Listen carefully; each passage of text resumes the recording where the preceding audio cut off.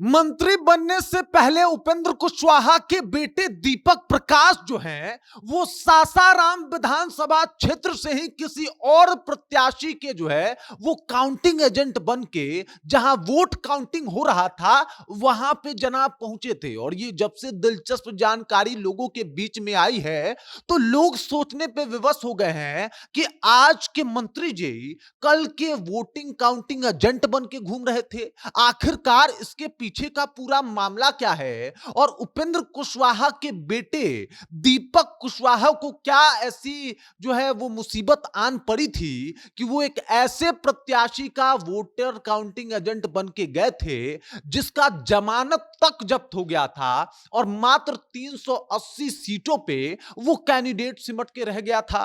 अब पूरी कहानी जब आपको बताएंगे तो आपका भी दिमाग हिल के रह जाएगा, लेकिन उससे पहले मेरा परिचय जान लीजिए। मेरा नाम है रजत और आप जनता जंक्शन देख रहे हैं। अभी देख लीजिए, अभी जो आपको ये शख्स दिखाई दे रहे हैं ये हैं उपेंद्र कुशवाहा के बेटे दीपक प्रकाश। काफी इनकी चर्चा हो रही है।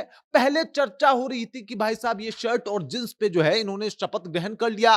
दूसरी चर्चा इनकी तब शुरू हो गई जब इनके बारे में पता चला कि भाई साहब उपेंद्र कुशवाहा के बेटे हैं और बिना किसी चुनाव लड़े ये मंत्री बन गए हैं। तीसरी चर्चा तब शुरू हुई जब इनसे पूछा गया कि भाई आप मंत्री कैसे बन गए, तो इनका जवाब था कि पापा से पूछ लीजिएगा।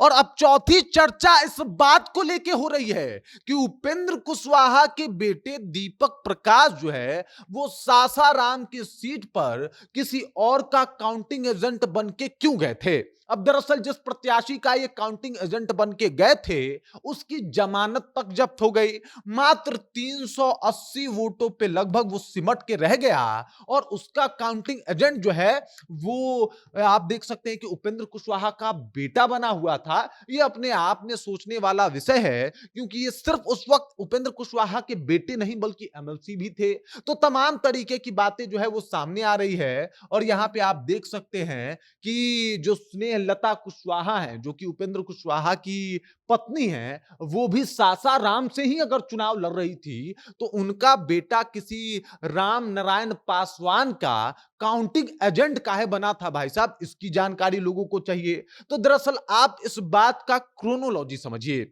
जो काउंटिंग वाला जगह होता है जहां पे वोट काउंटिंग होता है वहां पे ज्यादा से ज्यादा कैंडिडेट के साथ एक या दो लोग अलाउड किए जाते हैं। और ऐसे में जब 3-4 कैंडिडेट को आपको ले जाना होता है, 3-4 आपके साथ अपने साथियों को अंदर ले जाना होता है, तो ऐसे में किसी और के नाम पे वो जो आदमी है आपका वो अंदर जा सकता है। तो वही हुआ कि भाई साहब वो जो पासवान साहब थे जो कि वहां से वो विधानसभा चुनाव लड़ रहे थे और मात्र 380 वोट लाके अपनी जमानत जब्त करवा लिए हैं, उनके ये एक तरीके से काउंटिंग एजेंट बन के गए। लेकिन ये उनके काउंटिंग एजेंट नहीं थे बल्कि असल में ये काउंटिंग एजेंट थे स्नेहलता कुशवाहा के। और चूंकि इनका वोट कैसा जा रहा है, किस तरीके से वोटिंग हुआ है, ये देखने के लिए दीपक प्रकाश वहां पे मौजूद थे। मतलब ये पूरा तिकरमबाजी है, खेलबाजी है और कुछ ऐसा ही माहौल बना के इन्होंने अंदर एंट्री पाई थी। अब हर जगह चर्चा हो रहा है कि भाई साहब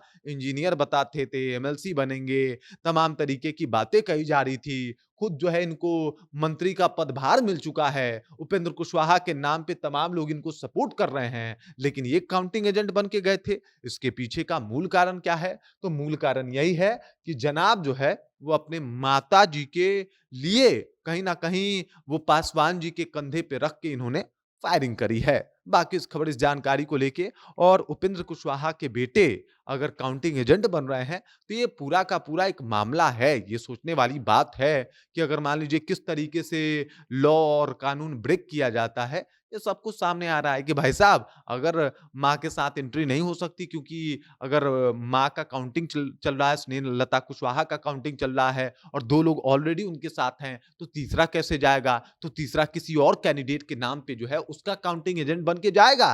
लेकिन असल में वो उसका काउंटिंग एजेंट नहीं होगा बल्कि अपने प्रत्याशी का काउंटिंग एजेंट होगा।